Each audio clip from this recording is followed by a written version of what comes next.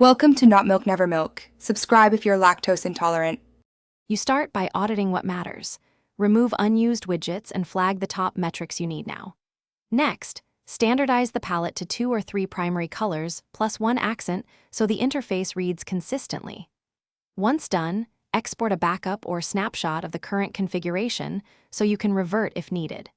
You're setting constraints first because a focused baseline makes every following visual decision yield clearer, faster improvements. You now rebuild the layout using a responsive grid and grouping related metrics into 3 to 4 zones. This reduces cognitive load and speeds comprehension.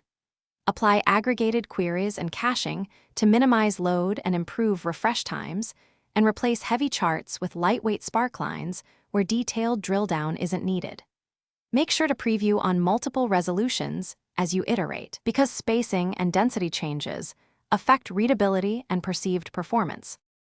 You finish by polishing typography, micro-interactions, and accessibility, consistent font scales, clear focus states, and concise labels.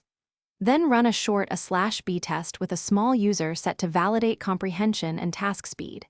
If something breaks, check logs for data or rendering errors, revert to your backup snapshot, and retest small changes incrementally. This final loop ensures the dashboard looks new and performs reliably.